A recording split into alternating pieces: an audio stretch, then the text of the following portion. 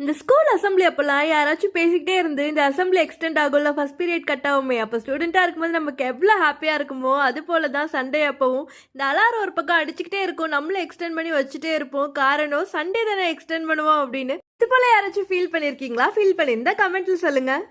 காலையிலே பெங்களூர் கிளைமேட் ரொம்பவே சூப்பராக இருந்துச்சு, பார்த்துட்டே இருக்கலாம் போல அப்படி இருந்துச்சு. ஆனால் நம்ம வச்ச வடவும் காயுமா காயாதா அப்படின்னு நானும் அப்பப்போ வந்து வெளில பார்த்துக்கிட்டே இருந்தேன்.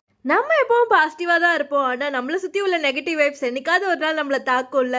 யாராவது ஒரு நாள் இன்விடேஷன் வைக்க வரும்போதோ, அதிசயமாக ஒரு நாள் கால் பண்ணும்போதோ நம்மளை வேணும்னே சில கேள்வியெல்லாம் கேட்பாங்க.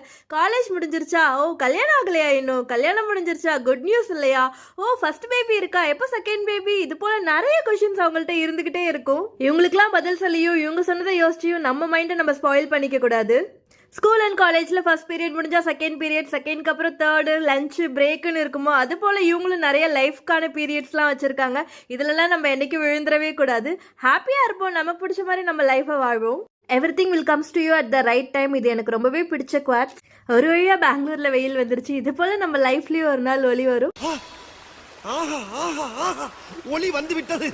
இதை நான் யாரையும் கஷ்டப்படுத்துறதுக்காக சொல்லலை. நீங்கள் யாரும் இது போல் மற்றவங்களை கேட்டு கஷ்டப்படுத்தாதீங்க. Stay tuned for next video. Tata, bye bye.